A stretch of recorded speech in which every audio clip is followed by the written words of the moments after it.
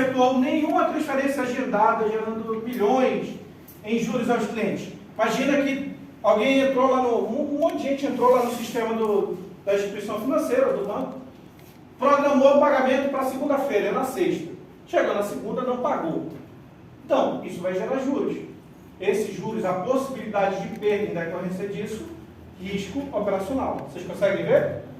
Então, outra situação de risco operacional, uma fraude, um golpe. Quanto uma instituição financeira não perde por fraude, por golpe, cartão clonado, esse tipo de coisa? Aí também a gente consegue ver o risco operacional. Fica fácil a gente conseguir identificar o risco operacional nessa situação. E também tem a situação de erro humano. O erro humano é um risco operacional, pode gerar um risco operacional, logicamente. Uma falha de uma pessoa na hora de realizar uma operação, de incluir uma operação no sistema, gerando perdas, risco operacional. A gente consegue ver isso muito facilmente. Vai, senhora. Passa. Risco cambial. Calma. Vai, tá bom. Risco cambial. É que deu problema aqui no controle, ó. Aí tem que contar com a ajuda ali da digníssima. Risco cambial. Imagina o seguinte, ó. Imagina que eu tenho uma carteira com 20 mil euros. E aí nessa minha carteira eu tenho ali, ó, 4 ativos, ó. É dia 2 de fevereiro, eu tenho 4 ativos. E aí no dia 20 de fevereiro, 18 dias depois, eu continuo com 20 mil euros na minha carteira. Não teve oscilação aqui, ó. Vocês conseguem ver? Não teve oscilação. Entretanto, imagina que o euro, no dia 2 de fevereiro, estava custando ali, ó, 5,50. Então, eu tinha 110 mil reais. Já no dia 20 de fevereiro, o euro está custando 4,50. Olha só o valor da minha carteira agora, 90 mil reais. Quando faz a conversão, teve uma oscilação negativa da moeda de 18%. Está aí o risco operacional. O risco cambial. Você vê que o valor da carteira ele não alterou, não mudou. O valor da carteira continua mesmo, 20 mil euros. Mas na conversão, quando eu transformo para o real, olha aqui, de 110 foi para 90 mil reais. Risco cambial é a possibilidade de perda em decorrência da flutuação, da variação do câmbio. Aí só para completar o exemplo, imagina aqui que no dia 10 de maio, a Vale exportou 20 milhões de dólares para os Estados Unidos e nesse dia o dólar estava, estava 5 reais. Então foi um contrato de 100 milhões de reais. Só que só vai ser pago 30 dias depois, né? No dia 10/6, 30 dias depois, no dia do pagamento, o dólar está valendo 4 reais. Consegue ver aqui, ó, o contrato que era de 100 milhões, agora a Vale, nesse exemplo, está recebendo 80 milhões. Está aí, ó, o risco cambial. Não aconteceu absolutamente nada de diferente na carteira da Vale, no contrato. O que gerou a perda de recurso para a Vale, nesse caso, foi a variação do câmbio, risco cambial. Consegue ver? Todo mundo? Beleza. Segue, senhora. Ela vai passar logo todos. Risco país. Vamos ver.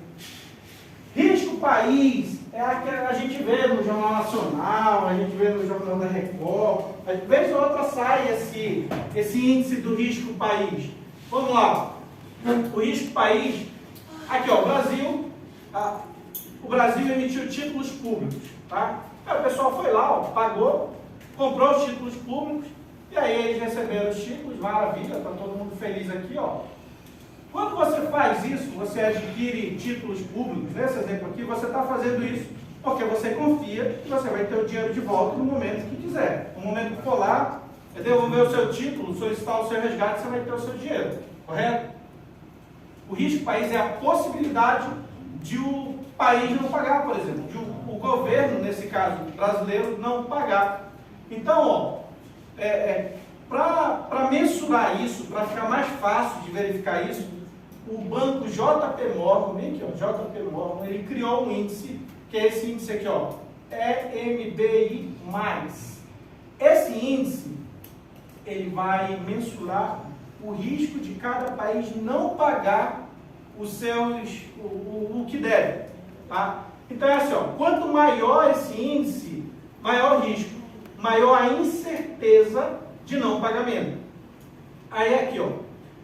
Aqui eu trouxe a tabela desse risco, não dá para ver direito, mas de 6 de janeiro, não, do dia 30 de novembro de 2022 a 6 de janeiro. Esse é o risco Brasil, divulgado pelo JP Morgan. Como é que funciona isso aqui? Funciona assim, ó. Aqui no dia 6 de janeiro o risco estava 262 pontos. Vocês conseguem ver na apostila? Não sei se aparece, não aqui na tela, mas 262 pontos. O que significa? Significa o seguinte, que para ser atrativo para o mercado externo, para que o Brasil seja atrativo para ser consumido, para que os seus títulos da dívida pública externa sejam consumidos, é necessário ter uma taxa 2,62, aqui esse 262 significa 2,62 a mais do que o risk-free. Risk-free é o ativo livre de risco, que no mercado global é representado pelos ativos dos Estados Unidos.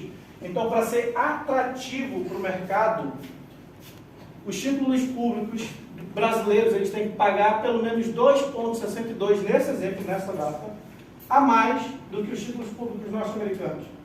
Aqui vamos ver uma outra data aqui, ó, dia 6 do 12, 2,56, 256. Isso significa que os títulos públicos brasileiros teriam que ter 2,56 de juros de rentabilidade superior ao norte-americano para ser atrativo. Então, ó, o risco país é a possibilidade de um país dar calote. É a possibilidade de um país não honrar suas dívidas. Aí que a gente tem alguns vizinhos que passam por problemas, que inclusive já deram calote internacional. E aí a gente tem aqui alguns vizinhos que estão passando por dificuldade. O risco país deles está altíssimo. Para você colocar o recurso lá, você tem que ter um grande retorno. Conseguem ver o risco país? O risco país é a possibilidade de um país não honrar o seu compromisso, não pagar os seus títulos. Quando você compra um título e aí você quer ir lá resgatar, devolver o título e pegar o dinheiro, o país não tem dinheiro para arcar com isso. Certo? Muito bem. Passa, bonitona. Vai. Muito bem, vamos ver. Senhora Gisele, a Gisele vai aparecer para o Brasil inteiro. Bora responder, Gisele. Vai, Gisele. Arrasa, Gisele. Arrasa, Gisele. Faz teu nome. Quanto ao índice EMBI+, podemos afirmar que letra A de amor é o índice utilizado como referência quanto ao risco de crédito dos títulos emitidos por o país, ou seja, aponta a incerteza de recebimento em caso de investimento em títulos daquele determinado país. Muito bem. Letra B de baixinho é utilizado para mensurar a taxa de juros dos títulos privados emitidos em um determinado país. Letra C de coração é o índice utilizado como referência para câmbio em moeda estrangeira. Ou letra D de docinho é o índice criado e divulgado pelo Banco JP Morgan, que determina a taxa de juros praticada nas negociações entre países estrangeiros. E aí, senhora? Tensão no ar. Tensão no ar. Ela está pensando. Ela está pensando. Ela disse que é a letra A de amor. Está correto isso? Todo mundo concorda? Está correto isso? Vai. Letra A de amor, essa mulher de espetáculo. Inclusive o presidente do Banco Central classificou ela. Rapaz, essa mulher de espetáculo, ela arrasa. Muito bem, passamos por mais uma aula. Cadê? Continua. Vencemos a segunda aula do módulo 7. Bora seguir. Vai, meu bem. Vamos falar de média, mediana e moda. É uma aula muito fácil, muito simples. Claro que uma noite, mais fácil que uma de orelha. E quem vai responder é o Gustavo. Ó, média, muito simples. Média, muito simples, muito simples. Temos aqui o Arthur, olha ali o Arthur. Cadê o Arthur? Olha aí o Arthur. Arthur, dá tchau aí para aquela câmera, para aquele celular ali. Temos ali o Arthur, ó. O Arthur está na escola e ele já sabe calcular média. Ó. Ele disse, opa, média escolar de 9,7. É verdade mesmo, Arthur? Ó, média escolar 9,7. Ali, ó, o Arthur ele fez 3 provas no bimestre, tirou 10 na primeira nota, 9,5 na segunda, 9,6 na terceira. Qual é a média? Média simples. A soma dos das notas dividido pela quantidade de notas. Bem simples, isso é a média e não vai mudar aqui na nossa aula. Segue, meu bem? Então, ó, a média do Arthur, 9,7. Em investimento, a média é a minha expectativa de retorno. Deixa aí, é nessa tela aí. Em investimento, a média é a minha expectativa de retorno. Aí imagina aqui, ó, o fundo ABC. Em janeiro ele deu 1% de rentabilidade, em fevereiro 1,5%, aí 1% em março, 0,9% em abril, maio, junho, julho, agosto. Se você tirar a média disso aqui, ó, vai dar 1,18%. 1,18 é quanto eu tenho expectativa de retorno, é quanto eu imagino que vai dar no próximo mês. É a minha expectativa para o mês de setembro, no caso. Então, 1,18, que é a média, é a mesma da minha expectativa de retorno. Bem simples. Todo mundo entendeu? Segue, então. Bora. Já mediana, você pega aquela mesma amostra, só que aí você põe ou em ordem crescente ou em ordem decrescente. Ela tem que estar ordenada ou de forma crescente ou de forma decrescente. Vamos imaginar aqui essa amostra, 1,4, 1,5, 1,2, 1,9. Quando a gente vai calcular, vai verificar a mediana, o que a gente faz? A gente pega e ordena, como eu disse, ou de forma crescente ou decrescente, tanto faz. E a mediana, ela é o elemento central da amostra. Está vendo ali, ó? É o elemento central. Ela vai dividir a amostra em 2 grupos iguais. Para esse lado tem 4 e para esse lado tem 4 integrantes ali do nosso grupo, tá? Da nossa amostra. Então, qual é a mediana? 1,5. A mediana é o elemento central da amostra. Ah, muito fácil. Então, se a amostra for ímpar, ela é bem fácil de a gente encontrar. Se for par, vai ser a média dos 2 elementos centrais. Então, aqui, ó. Exato. Então, aqui, ó. Ficou 3 para esse lado, 3 para o outro.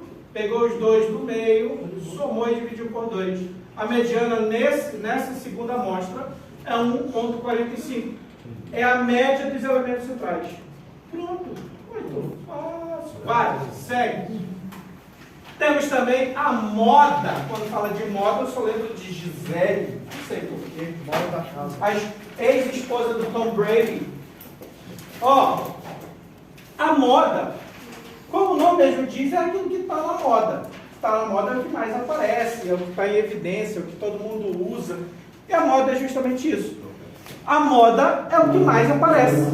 É o elemento que mais vai aparecer na nossa amostra. Então aqui, ó, 1,2 apareceu 3 vezes, né? 1,4 uma vez, 1,5 2 vezes, 1,8 uma, mais 2 vezes 1,9. Qual é a moda? A moda é o elemento que mais apareceu. Nesse caso aqui, ó, 1,2. Muito simples. Muito fácil. Segue. Pronto, chegamos. É com o senhor, seu Gustavo. Vá lá, faça teu nome. 3, 2, 1, vai. Qual conceito define mediana? Letra A.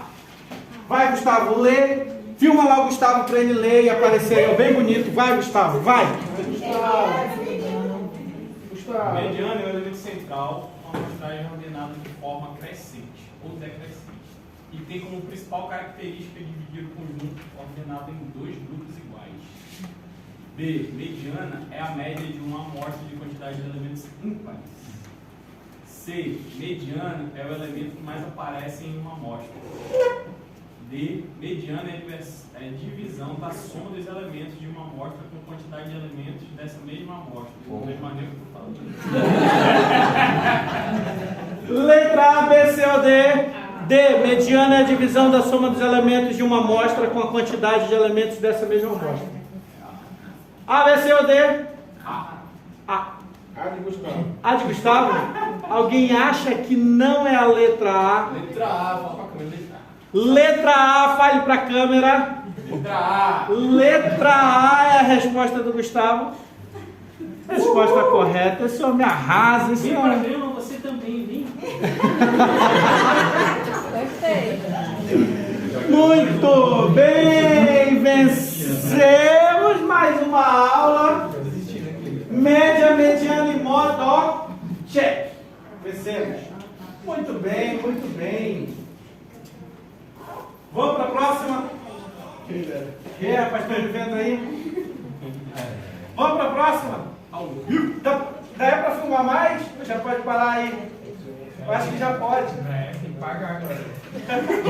Agora tem que pagar. Agora é comigo, agora é comigo.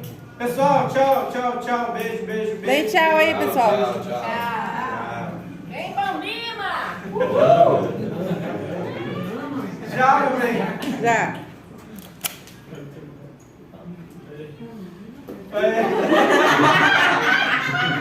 Dá pra editar e mostrar de novo. Tinha 10 pessoas assistindo. Dá pra editar o final aí. Não conheço, não. Ainda tá ao vivo ainda.